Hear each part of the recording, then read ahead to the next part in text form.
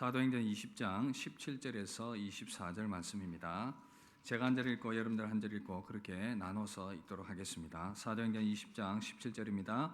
바울이 밀레도에서 사람을 에베소로 보내어 교회 장로들을 청하니 이에게 말하되 아시아에 들어온 첫날부터 지금까지 내가 항상 여러분 가운데서 어떻게 행하였는지를 여러분도 아는 바니 곧 모든 겸손과 눈물이며 유대인의 관계로 말미암아 당한 시험을 참고 주를 섬긴 것과 유익한 것은 무엇이든지 공중 앞에서나 각 집에서나 거리낌이 없이 여러분에게 전하여 가르치고 유대인과 헬라인들에게 하나님께 대한 회개와 우리 주 예수 그리스도께 대한 믿음을 증언한 것이라.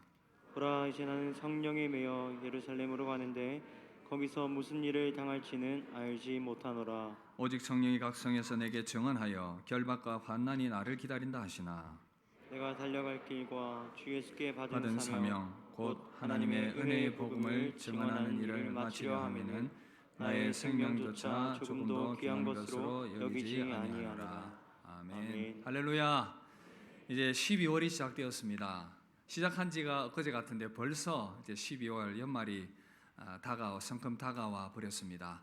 분주한 시간들이 이어질 텐데 하나님의 은혜 가운데 이 모든 절기들을 잘 보낼 수 있기를 기대합니다. 우리 옆 사람에게 그렇게 한번 인사합시다. 은혜롭게 보냅시다.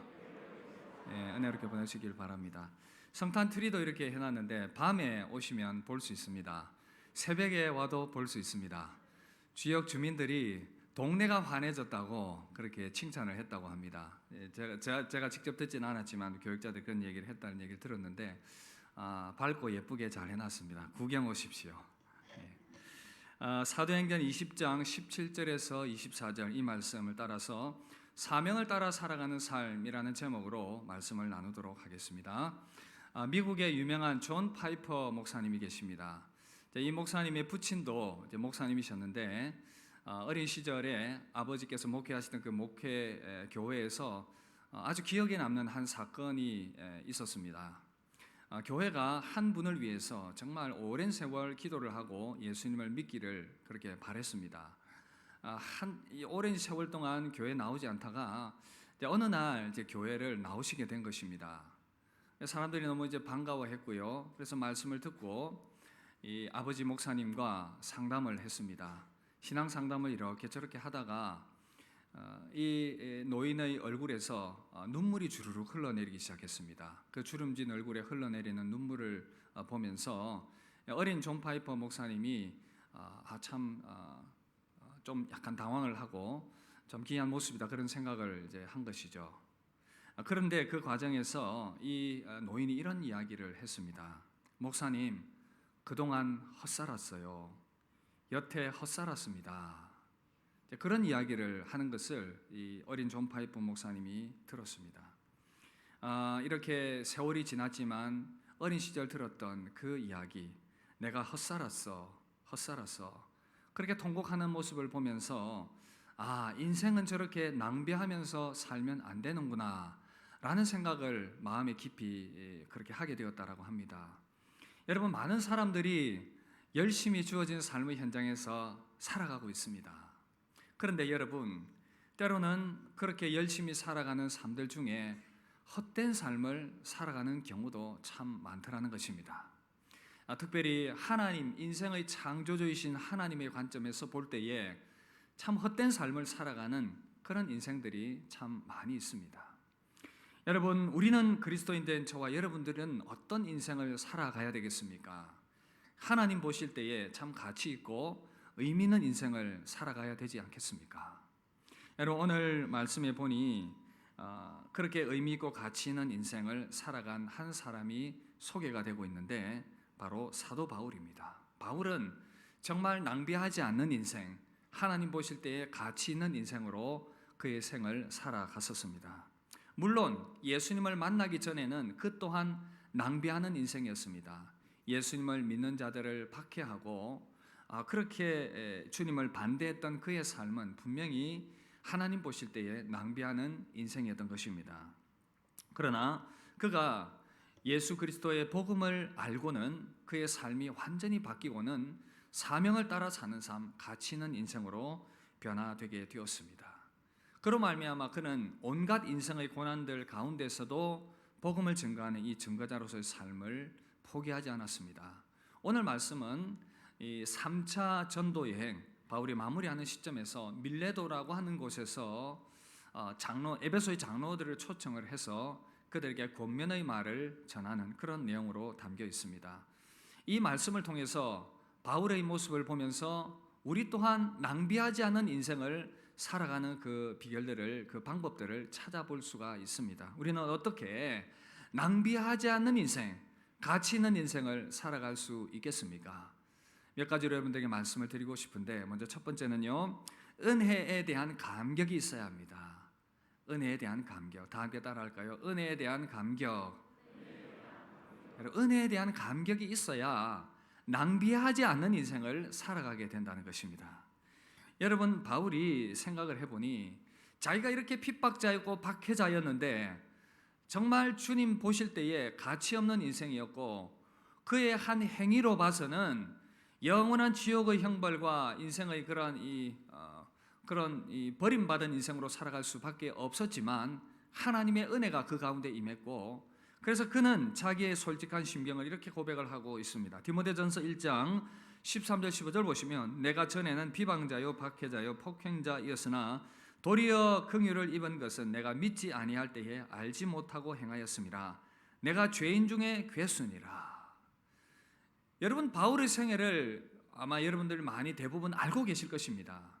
그가 우리가 사도행전 강해를 통해서 앞부분에서 쭉 다루었던 부분인데, 어떤 사람이었습니까? 정말 복음을 박해하고 예수 믿는 사람들을 잡아 죽이던 사람이었습니다. 예수는 가짜다, 부활은 가짜다, 다 헛된 소리다, 그런 확신을 가지고 잘못된 도를 전하는 예수 믿는 사람들을 잡아서 죽이던, 그래서 다메섹을 향해 가고 있던 그 순간 부활의 주님을 만나게 됩니다. 사울아 사울아, 내가 어찌하여 나를 박해하느냐? 주여 누구이십니까? 나는 내가 박해하는 예수라.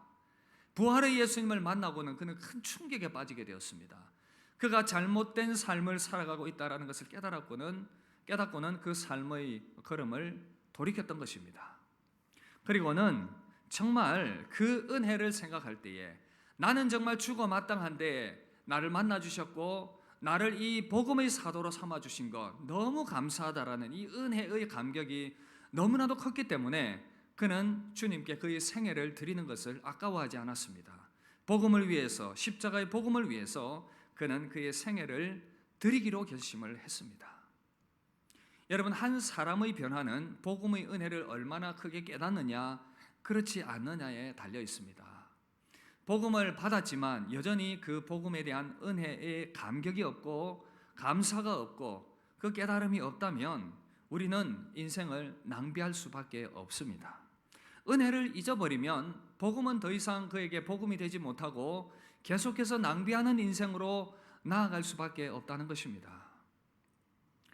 오스카 와일드라는 분이 그날 이후라는 이 소설을 썼는데, 이 소설에 예수님께서 행하셨던 그 짧은 일들을 좀 재밌게 각색을 해서 그렇게 한 소설이 있습니다. 여러분, 소설입니다. 그렇게 이해를 하고 들으시길 바랍니다. 예수님께서 지상에 계실 때에 은혜를 베풀었던 자들, 복음서에 나오지 않습니까?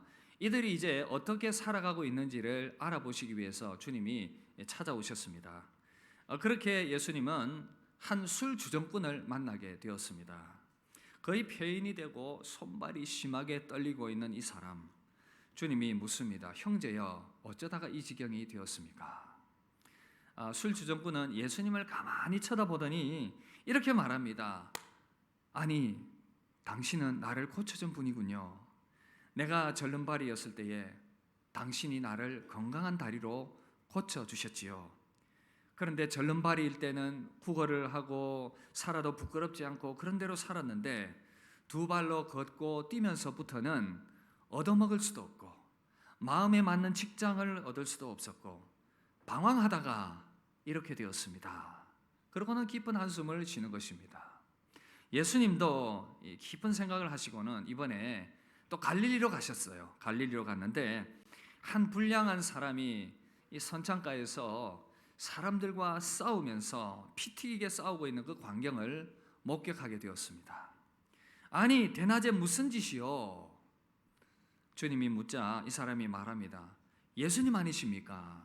전에 앞을 못 보던 소경이었을 때에 저희 눈을 진흙을 이기어서 뜨게 해주셨는데 그때는 참 고마웠습니다. 기뻤습니다. 온 세상이 나이 거친 것처럼 즐거워했습니다. 그러나 정작 눈을 뜨고서 세상 돌아가는 것 보니 차마 눈 뜨고 볼 수 없던 일들이 너무 많이 일어나는 것입니다. 그래서 제가 화가 나서 화풀이를 하다 보니 싸우고 돌아다니다 보니 이렇게 되었습니다. 이야기입니다. 소설입니다. 그렇게 흐느껴 울더라는 것입니다. 여러분, 믿음으로 살아가는 이 시대, 믿음으로 이 시대를 살아가는 우리들에게 주시는 교훈이 있습니다. 우리 주님이 참 많은 것들을 우리에게 주셨는데 우리는 과연 그 주님이 주신 것들을 어떻게 사용하며 살아가고 있습니까? 엉뚱한 곳에 사용하며 낭비하는 그런 인생은 아닙니까? 우리 주님이 우리에게 건강과 물질과 지위와 여러 가지 많은 것들을 우리에게 재능을 또 주셨고 그렇게 주셨는데 우리는 과연 그것을 어떻게 사용하고 있습니까? 낭비하면서 살아가고 있지는 않습니까? 이유가 무엇이겠습니까? 만약에 그렇다면 은혜가 무엇인지를 내가 기억하지 못하고 은혜를 잊어버렸기 때문에 그래서 여러분 우리의 삶은 이 십자가의 복음을 통과하지 않으면 믿음 안에 있다고 하지만 계속해서 낭비하는 인생을 살아갈 수밖에 없다는 것. 그래서 여러분 우리의 신앙은 이 십자가의 복음을 통과해야 되고 그 은혜를 깊이 깨달아야만 우리는 낭비하지 않는 인생을 살아갈 수 있다라는 것입니다. 누가복음 7장에 보면 이런 이야기가 나옵니다. 예수님께서 한 바리새인의 집에 들어가셔서 식사를 하고 계셨습니다. 그때 죄인인 한 여자가 예수님 발 앞에 다가와서는 무릎을 꿇고 눈물을 흘립니다. 그리고는 너무나도 값비싼 향유 옥합을 깨뜨려서 예수님의 발에 부어드립니다. 그리고 자기 머리털로 예수님의 발을 씻겨 드립니다. 여러분, 이 광경을 쳐다본 사람들이 수군거리기 시작했습니다. 아니, 예수님이 저렇게 죄인이 다가와서 발을 씻는데 가만히 계셔? 아니, 그리고 저 향유 옥합은 300데나리온이나 되는데 1년치 연봉입니다. 노동자 1년치 연봉. 그 비싸지요. 그것을 깨뜨려서 발을 씻고 있는 모습을 보면서 아니 저것을 팔아서 가난한 사람들에게 나눠줬으면 되었을 텐데 왜 저렇게 낭비를 하는 거야? 그러자 주님이 베드로에게 그렇게 얘기합니다. 시몬아, 내가 너에게 할 말이 있다. 빚을 진 두 사람이 있어. 한 사람은 500데나리온의 빚을 졌고 또 한 사람은 50데나리온의 빚을 진 거야.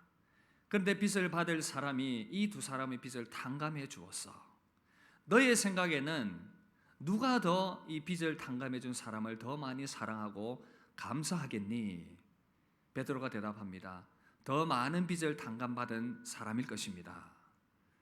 네 생각이 옳도다. 시몬아, 이 여자를 보느냐? 너는 내가 이 집에 들어올 때에 발 씻을 물도 내주지 않았고 그런데 이 여인은 눈물로 내 발을 씻었어. 그리고 너는 내게 입 맞추지 않았지만 이 여인은 내 발에 입을 맞추었어. 이렇게 값비싼 향유를 내 발에 부어주었어. 내가 너에게 이르노니 이 여인의 많은 죄가 사하여졌어. 왜냐하면 이 여인이 받은 사랑이 크다고 생각했기 때문에, 그 은혜가 크다고 생각했기 때문에. 사함을 받은 일이 적은 자는 적게 사랑하고 많이 사함을 받은 자는 많이 사랑하느니라. 여러분, 향유옥합을 깨뜨린 여인과 이 사도 바울의 공통점이 있습니다. 그것은 뭐냐 하면 받은 바 은혜가 너무나도 크다라고 깨달았기 때문입니다. 그 은혜가 너무 크다는 것을 알았기 때문에 그 은혜를 마음에 간직하고 있었기 때문에 그 은혜에 보답해야 되겠다라는 마음이 컸다라는 것입니다. 그렇다면 여러분, 저와 여러분들이 받은 은혜는 얼마입니까?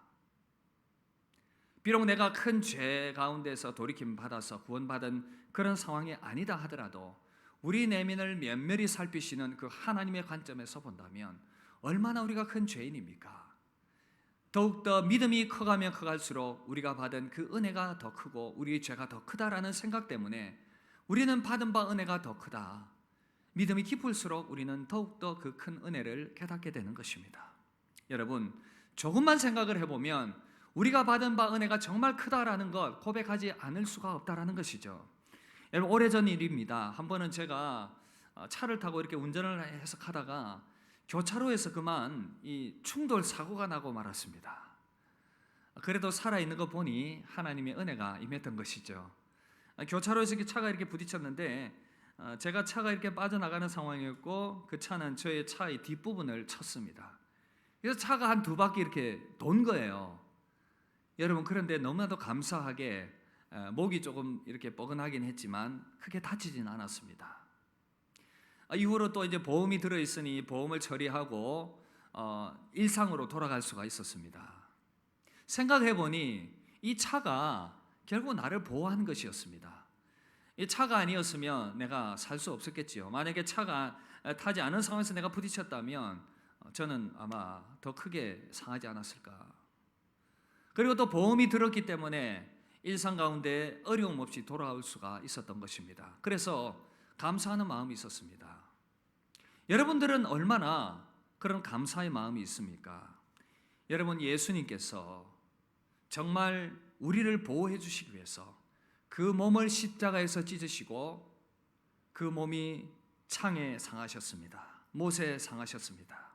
예수 그리스도의 그 십자가의 구원이 없었다면 우리가 과연 이 땅 가운데에서 하나님의 자녀로서 그렇게 살아갈 수 있었을 것인가? 하나님의 진노와 그 심판을 피할 수가 없었던 그런 운명이었는데 정말 그 은혜와 사랑이 우리 가운데 임했기 때문에 우리 주님이 우리를 위하여 살 찢어 주시고 피 흘려 주셨고 우리를 대신해서 그렇게 상하셨기 때문에 내가 그래도 하나님을 알게 되었고 하나님을 믿게 되었고 그 은혜 가운데 살아갈 수 있게 되었고 내가 호흡하며 살아가고 하나님과 관계를 맺고 그분의 도우심을 구하며 이렇게 하나님께 기도하며 믿음으로 살아갈 수 있게 되었다라는 것, 영원한 하나님의 나라를 유업으로 얻을 수 있게 되었다라는 것, 여러분, 이것을 우리가 당연히 받아들여서는 안 된다는 것입니다. 우리가 당연하게 생각하는 이것을 우리 가운데 선물로 주시기 위해서 주님은 당신의 몸을 찢으시고 그 몸을 십자가에 내어주셨습니다. 자녀를, 그 사랑하는 독생자를 내어주신 성부 하나님의 그 고통스러운 마음, 그런 모든 것들이 합쳐져서 우리에게 놀라운 구원의 은혜가 임했다라는 이 사실, 그래서 우리는 그것을 당연하게 받아들여서는 안 되겠습니까? 안 된다라는 것입니다. 여러분, 그 십자가의 은혜와 사랑을 얼마나 알고 계십니까? 그 은혜를 깨닫는다면, 그 은혜를 안다면 낭비하지 않는 인생을 살 것입니다. 그러나 그 은혜를 깨닫지 못한다면 우리 인생은 끊임없이 낭비하는 인생으로 나아갈 수밖에 없을 것입니다. 여전히 내 인생은 내 것이라고 생각을 하며 은혜에 감사하는 삶이 아니라 낭비하는 삶으로 나아갈 수밖에 없다는 것입니다. 그러나 은혜를 깨닫는 자들의 마음에는 이런 고백이 나오게 되어 있습니다. 시편 116편 12절 우리 함께 읽도록 하겠습니다. 시작. 내게 주신 은혜를 내가 여호와께 무엇으로 보답할까? 내게 주신 모든 은혜를 내가 여호와께 무엇으로 보답할까?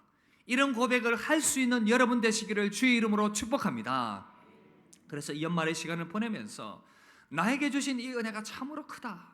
그래서 그 은혜에 보답하는 삶을 살기를 원한다.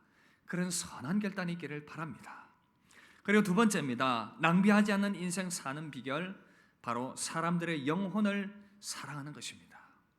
은혜를 깨닫고 기억하는 성도들은 이제 그렇다면 나는 어떠한 삶의 실천으로 나아가야 할 것인가, 이런 고민들을 하게 되는 것입니다. 하나님, 나에게 이런 놀라운 십자가의 은혜를 주셨는데 나는 어떻게 살아가야 할 것인가? 그렇게 표현되는 모습이 바로 영혼을 향한 사랑입니다. 그것을 우리가 바울의 모습을 통해서 찾아볼 수가 있습니다. 바울이 주님의 그 십자가의 은혜와 복음의 사랑을 깨닫고 난 이후에 한 것은 세상을 향해서 복음을 증거하는 일이었습니다. 바울은 곰곰이 생각했습니다. 하나님, 나에게 이 은혜를 주셨는데 나에게 주신 이 은혜를 보답하는 방법이 무엇일까? 그렇다면 하나님이 귀하게 여기는 그 일을 내가 하는 것이다. 그 일이 무엇일까? 바로 영혼을 사랑하고 영혼을 돌보는 일이다. 복음을 증거하는 일이다. 이것을 깨달았던 것입니다. 그래서 바울은 그 영혼이 잘 되기를 바라는 마음으로 수고하고 애썼습니다. 31절 보시면 내가 3년이나 밤낮으로 쉬지 않고 눈물로 각 사람을 훈계하던 것을 기억하라. 바울은 하나님께서 사랑하신 그 사람을 사랑하는 것, 돌보는 것, 복음을 증거하는 것, 그것이 하나님의 은혜에 보답하는 삶이다라고 생각을 했던 것입니다. 그래서 그는 복음을 증거하는 것을 정말 애를 썼고 게을리하지 않았습니다. 21절 유대인과 헬라인들에게 대한 하나님께 대한 회개와 우리 주 그리스도께 대한 믿음을 증언한 것이라. 그래서 바울은 믿지 않는 자들과 또한 믿음 안에 있지만 믿음에 연약한 자들을 위해서 내가 이들을 위해서 이들에게 복음을 증거하고 또한 믿음이 연약한 자들을 믿음으로 세워가는 이 일을 위해서 내가 나의 생애를 드려야 되겠다, 그런 고백을 했던 것입니다. 여러분, 정말 믿지 않는 자들에게 복음을 증거하는 것, 또한 성숙하지 못한 자들이 믿음 안에 세워지기를 바라면서 신앙의 연륜은 많지만 믿음이 성숙하지 못한 그런 자들을 향하여 안타까이 여기면서 또한 이단의 위험과 그런 잘못된 가르침에 빠지지 않도록 또 보호하면서 심령이 연약한 자들을 믿음으로 일으켜 세워주면서 이런 모든 수고를 통해서 나는 하나님이 나에게 주신 그 은혜를 보답해야 되겠다라고 고백을 했던 것입니다. 여러분, 영혼을 사랑하고 돌아보는 일, 복음을 증거하는 이 일, 여러분, 이 일이 정말 우리가 또한 실천해야 될 일들인 줄 믿습니다. 왜냐하면 주님이 귀하게 여기시는 일이기 때문인 것이죠. 그래서 우리가 교회의 여러 가지 일들을 하고 전도회의 일들을 하고 또 기관에 속한 일들을 하고 구역에 속한 일들을 하고 교회의 프로그램들을 진행해 나가는 것도 중요하지만 더 중요한 것은 영혼을 돌보는 일입니다. 복음을 증거하는 일입니다. 이 일을 여러분들이 잊지 마시길 바랍니다. 잊지 마시길 바랍니다. 그래서 우리 성북교회는 더욱더 영혼을 사랑하고 복음을 증거하는 이 일을 통해서 하나님이 우리에게 주신 은혜를 보답하는 그러한 삶을 살아내고 그러한 사명을 감당해내는 교회가 되기를 기대합니다. 그렇게 세움받기를 주의 이름으로 축복합니다. 이렇게 정말 낭비하지 않는 인생, 영혼을 사랑하는 것으로 표현이 되었습니다. 또 하나, 마지막 세 번째는 낭비하지 않은 인생을 살기 위해서는 하나님의 비전을 품어야 합니다. 다 함께 따라합시다. 하나님의 비전을 품읍시다. 여러분, 바울의 삶이 무엇으로 하여금 이렇게 열정적이게 했습니까? 바로 하나님의 비전을 품었기 때문입니다. 지금 바울 앞에는 어려움이 기다리고 있습니다. 장로들과 밀레도에서 작별을 하면서 그럼에도 불구하고 바울의 마음 가운데 있었던 그 비전은 바로 하나님이 주신 비전이었습니다. 예루살렘을 거쳐서 로마에 가서 하나님의 복음을 증거해야 되겠다라는 것, 그 놀라운 비전이 바울을 사로잡았기 때문에 그 어떤 것도 그를 막을 수가 없었던 것입니다. 여러분, 바울이 꿈꿨던 그 하나님의 비전이 무엇이겠습니까?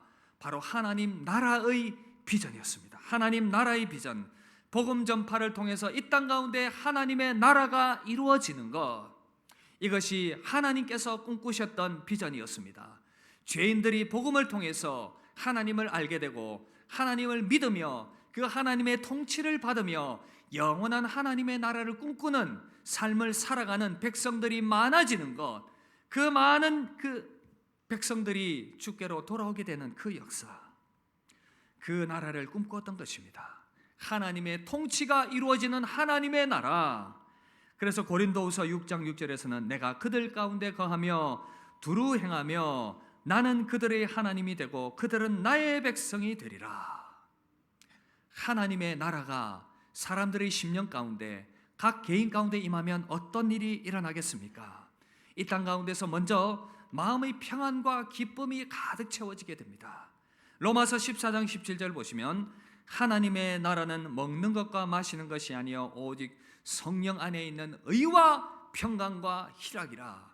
복음을 통해서 죄인이 예수 그리스도 안에서 죄 사함을 받고 하나님의 자녀가 되는 순간 그 심령 가운데에는 평안과 기쁨이 임하게 됩니다. 왜냐하면 하나님의 영이신 성령께서 그 심령을 다스리기 때문에, 그래서 어떤 고난과 어려움이 닥쳐와도 물론 흔들릴 수도 있지만 하나님이 주시는 그 내면의 깊은 평안과 기쁨은 빼앗아갈 수가 없다라는 것입니다. 그래서 하나님의 나라는 평안과 기쁨이 가득 채워지는 그 나라요 그 나라의 삶인 것입니다. 또한 하나님의 나라는 하나님과 지속적으로 교제하는 삶이 이루어지는 나라인 것입니다. 일상 가운데서 우리가 살아가지만 하나님과 함께 늘 교제하는 삶, 출근을 해도 하나님과 함께 출근을 하고, 사업을 해도 하나님과 함께 사업을 하고, 가정에서도 하나님과 함께 동행하며 가정의 일들을 이루어가고, 학교에서도 학업을 하면서도 하나님과 동행을 하면서, 삶의 어떤 자리 가운데서도 하나님과 함께 하면서 살아가는 그 삶, 하나님의 나라가 임한 삶인 것입니다. 또한 하나님을 힘삼아 살아가는 삶, 이 세상 살아가는 동안 정말 내 힘으로 할 수 없는 일들이 너무나도 많기 때문에 전능하신 하나님의 그 능력을 의지하면서 하나님의 도우심을 구하면서, 하나님 이 일이 너무 힘듭니다, 하나님 도와주세요, 어려운 가운데 있습니다, 하나님 함께 해주세요, 하나님 일해주세요. 어떤 상황 가운데서도 하나님을 힘삼고 하나님의 도움으로 살아가는 인생, 그 나라의 삶을 살아가는 삶이 바로 하나님의 나라가 임한 삶을 살아가는 삶이다라는 것입니다. 그리고 또한 하나님의 이름이 높여지고 하나님의 영광이 드러나는 삶을 살기로 결단하는 삶, 그 삶을 살아가는 그런 나라를 꿈꾸는 삶, 최선을 다하는 삶입니다. 주어진 모든 삶의 현장 가운데에서 최선을 다하는 삶, 그래서 나의 삶의 성실한 모습을 통해서 하나님의 영광이 드러나야 되기 때문에 열심을 다해서 최선을 다해서 살아가면서 주변 사람들에게 예수 믿는 사람들은 이런 삶을 살아가는 사람들이다 라는 것을 나타내 보여주는 삶, 그리고 하나님의 비전을 꿈꾸는 삶, 나의 지적인 능력과 예술적 능력과 신체적 능력과 관계적 능력과 사회적인 능력과 재능을 통해서 정말 나의 야망과 꿈을 이루는 것이 아니라 나의 그런 모든 재능을 통해서, 나의 모든 주어진 것들을 통해서 하나님의 이름이 높여지기를 원합니다. 그렇게 꿈꾸는 삶, 그런 선한 마음을 꿈꾸는 삶, 그리고 또한 내가 일을 해서 돈을 버는 목적도 나의 삶을, 나의 필요를 채우는 것도 중요하지만, 그렇게 필요를 채움과 동시에 세상을 섬기고 하나님의 선하심을 세상에 나타내고자 하는 목적으로 살아가는 삶, 그리고 주님이 교회를 사랑하셨기 때문에 교회를 사랑하며 교회를 섬기며 나의 모든 재능과 능력으로 교회를 사랑하며 교회와 함께 하고자 하는 그런 귀한 마음을 가지고 살아가는 삶, 그 삶을 살아가는 사람들이 바로 하나님의 나라가 이루어진 사람들의 삶의 모습이다라는 것입니다. 뿐만 아니라 하나님의 나라가 임한 사람들은 어떤 삶을 삽니까? 영원한 하나님의 나라를 꿈꿉니다. 영원한 하나님의 나라인 천국을 꿈꾸면서 이 땅을 살아가게 됩니다. 히브리서 11장을 믿음장이라고 합니다. 이 믿음장을 한 문장으로 요약을 하면, 많은 믿음의 선진들이 믿음으로 약속한 것을 기다렸습니다. 바로 그 약속은 예수 그리스도의 십자가에 담긴 영원한 하나님의 나라입니다. 천국입니다. 그래서 히브리서 11장 16절 이렇게 말씀합니다. 우리 이 말씀 함께 읽겠습니다. 시작. 그들이 이제는 더 나은 본향을 사모하니 곧 하늘에 있는 것이라. 이러므로 하나님이 그들의 하나님이라 일컬음 받으심을 부끄러워하지 부끄러워하지 아니하시고 아니하시고 그들을 위하여 한 성을 예비하셨느니라. 아멘. 아멘. 여러분, 믿음의 선진들이 이 땅을 힘들게 살아갔고 때로는 순교와 여러 가지 고난의 어려움들을 당했지만 변함없이 그들의 마음을 붙들고 있었던 것은 무엇이냐면 바로 영원한 성, 하나님의 나라, 천국을 마음에 꿈꾸고 품고 있었다라는 것입니다. 그 본향을 사모했기 때문에 어떤 고난 가운데서도 인내하며 견디며 그 하나님의 나라, 천국을 꿈꿨다라는 것입니다. 이 믿음의 선진 중에 한 명인 아브라함을 예를 들면, 여러분, 아브라함이 하나님께서 가나안 땅을 너에게 줄 것이다, 땅을 줄 것이다, 민족이 별과 같이 모래와 같이 너의 후손들이 많아지게 될 것이다. 여러분, 아브라함은 실제적으로 땅 가운데서 이루어질 그 약속을 믿었습니다.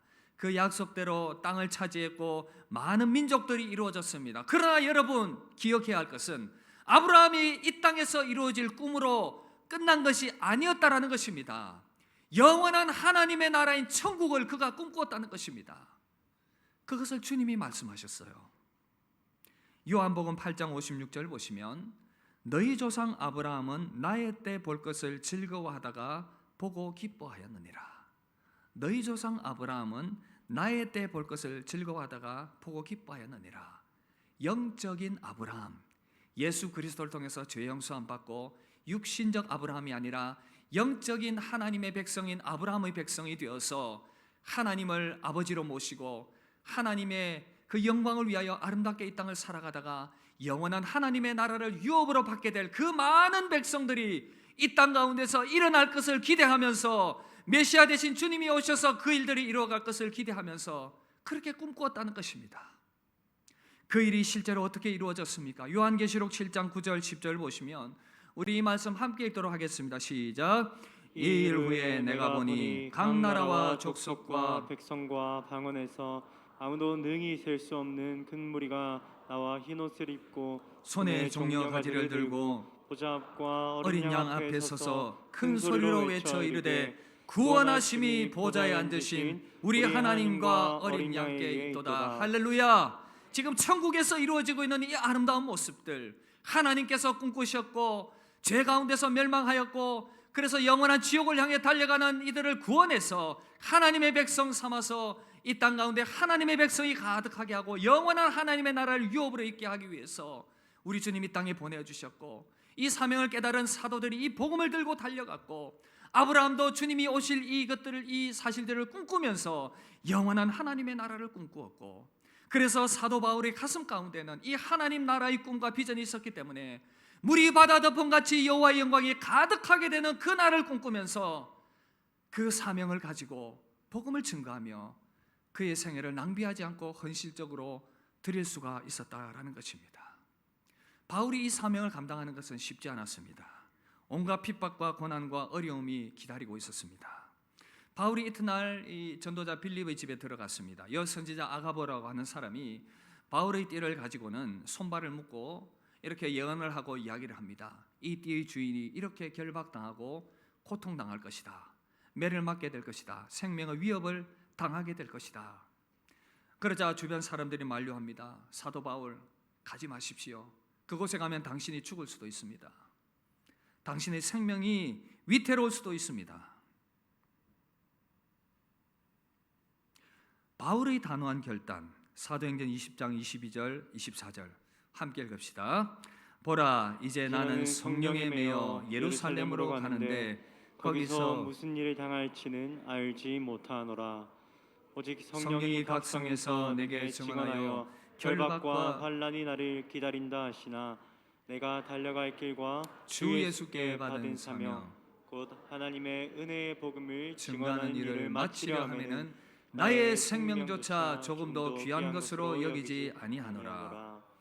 여러분, 얼마나 아름다운 사도의 고백입니까?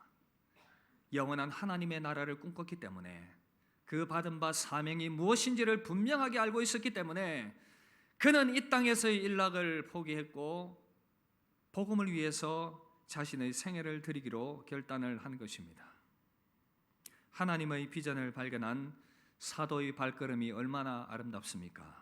여러분, 우리가 바울과 동일한 이 삶을 살지는 못하겠지만, 그러나 하나님의 나라를 꿈꾸며 살아가야 하는 이 거룩한 부르심은 저와 여러분들도 예외가 아닌 것입니다. 그래서 목사 되고 선교사 되라, 그거 아닙니다. 여러분들의 삶의 자리 가운데서 그 하나님의 나라를 꿈꾸며 그 하나님 아버지의 마음을 알고 그렇게 낭비하지 않은 인생으로 좀 살아가면 어떨까? 저는 그렇게 여러분들을 권면하고 싶습니다. 하나님의 나라를 꿈꾸며 살아가는 삶을 살게 될 때에 우리는 낭비하지 않는 인생을 살아가게 될 것입니다. 나에게 주신 그 은혜가 얼마나 큰지를 깨달을 때에 나는 낭비하지 않는 인생을 살아갈 수 있을 것입니다. 그 하나님의 나라가 복음 안에서 임했기 때문에 정말 그렇게 성실함으로 주어진 삶을 살아가기로 결단하며 주님의 영광과 주님의 아름다움을 드러내는 그러한 삶을 살아가게 될 것입니다. 주님의 몸된 교회를 사랑하는 그런 삶을 살아가게 될 것입니다. 말씀을 마무리하면서 제가 이전에 들었던 어느 이 집사님의 간증을 그렇게 나누도록 하겠습니다. 이 집사님 평생에 자기 삶을 돌아보았습니다. 그런데 아파트 화장실 개수 늘리는 인생뿐이었다. 너무 극단적인 비유였지만 그렇게 고백을 했습니다. 처음에는 내 집이 없어서 내 집이라도 있으면 좋겠다. 열심히 그렇게 내 집 마련을 위해서 살았습니다. 그런데 집을 마련해 보니 화장실이 한 칸밖에 없는 거예요. 식구들이 불편합니다. 하나님께 기도합니다. 하나님, 화장실 2개 있는 집 주십시오. 그래서 열심히 일하면서 하나님의 은혜를 구했더니 하나님께서 화장실 2개 달린 넓은 집을 주셨습니다. 하나님 너무 감사합니다. 그런데 2개로 만족하면 되는데 이웃집에 가보니 또 화장실 3개 있는 집이 보이는 겁니다. 이제 나의 목표는 화장실 3개다. 열심히 기도하면서 하나님의 은혜를 구했더니 하나님께서 화장실 3개 딸린 집을 은혜로 주셨습니다. 그렇게 열심히 살다 보니 그의 생애가 이제 끝나가는 노년이 되어버린 것입니다. 후회가 밀려오더라는 것입니다. 내 인생 헛살았어. 이런 고백이 나오더라는 것입니다. 여러분, 우리 인생이 70이고 80이고 강건하면 90. 우리 김병환 집사님 계신데 100세수 하실 줄 믿습니다. 이제 내년이면 100세 되시는데 여러분, 우리 인생이 그렇습니다.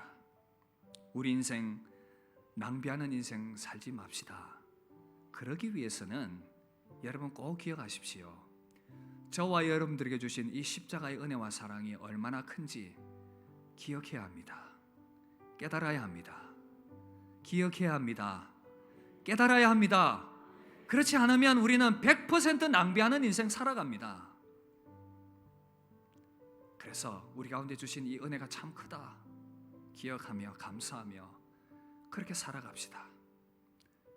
그리고 영혼을 사랑하며 하나님의 나라를 꿈꾸며 우리 가운데 주신 영원한 하나님의 나라 생각한다면 우리 낭비하지 않지 않겠습니까? 이 땅 가운데서 그 하나님의 나라를 이루는 거룩한 삶의 목표가 있다면 우리 인생 낭비하지 않지 않겠습니까? 그렇게 살아갑시다. 바울처럼은 살지 못하지만 그런 마음으로, 그런 중심으로 낭비하지 않는 인생, 하나님 보실 때 가치 있는 인생 살아가는 저와 여러분들 되시기를 주의 이름으로 축복합니다. 우리 함께 찬양하고 합심하여 한번 기도합시다. 내 눈 주의 영광을 보내. 우리 함께 찬양합시다. 내 눈 주의 영광을 보내. 우리 가운데 계신 주님, 그 빛난 영광, 그 빛난 영광 온 하늘 덮고 그 찬송 온 땅 가득해. 내 눈 주의 영광을 찬송 가운데 서신 주님, 주님의 얼굴은 온 세상 향한 권능의 발, 주님의 영광 이곳에, 주의 영광 이곳에 가득해. 우리 선에 주님과 찬양하며 우리는 전진하리.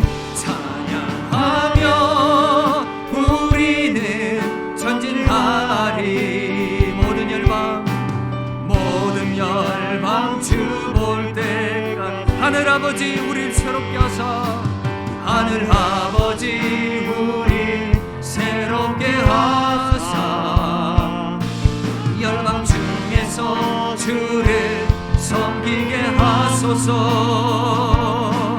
모든 나라 일어나 찬송 부르며 영광의 주님을 보게 하소서. 주의 영광 이곳에 가득해.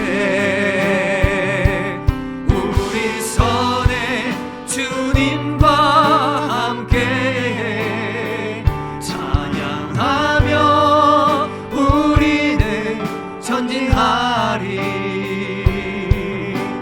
모든 열방 주 볼 때까지. 우리 시간 시간 합심하여 한번 기도합시다. 여러분, 주님의 은혜, 그 십자가의 은혜를 깨달읍시다. 그리고는 여러분 머뭇거리지 마십시오. 이럴까 저럴까, 내가 몸을 던질까 말까, 할까 말까 그러지 마시고 그냥 주님의 은혜에 여러분들을 던지시기 바랍니다. 여러분 안 죽습니다. 여러분 안 죽습니다. 죽고자 하는 자는 살게 될 것이고 살고자 하는 자는 죽게 될 것이다. 십자가의 복음 위하여 주님 그렇게 말씀하셨습니다. 복음을 위하여 그렇게 너희 자신을 던지라. 복음을 위하여 던지라 말씀하십니다. 두려워하지 마십시오. 여러분들 인생을 망하게 하지 않습니다. 두려워하지 마십시오. 여러분들을 목사로 선교사로 살아가라고 부르지 않습니다. 불러야 할 자는 부르겠지만 그러나 여러분 기억합시다. 최소한 우리가 우리 가운데 주신 이 복음의 은혜를 헛되이 받지 마시기를 바랍니다. 복음의 은혜, 십자가의 은혜를 잊어버리는 순간 우리는 모두가 낭비하는 인생을 살아가게 될 것입니다. 그 십자가의 사랑에 감사하며 감격하며 그 은혜를 기억하며 살아가는 인생 되기로 우리 기도합시다. 하나님, 너무나도 그 복음과 십자가의 은혜를 기억하지 못하는 인생 살아가고 있습니다. 우리의 삶에 매몰되어서 그 십자가의 은혜와 사랑 잊어버리고 살아가고 있습니다. 하나님, 용서하여 주시고 긍휼히 여겨 주시며 다시금 우리의 마음 가운데 그 십자가의 은혜와 사랑 부릴 듯 일어나게 해 주옵소서. 영혼을 사랑하며 하나님 나라의 꿈의 비전을 품으면서 그렇게 다시금 살아가기로 결단하는 우리의 삶이 되게 해 주옵소서. 우리 합심하여 한번 기도하며 나아가도록 하겠습니다. 기도하겠습니다.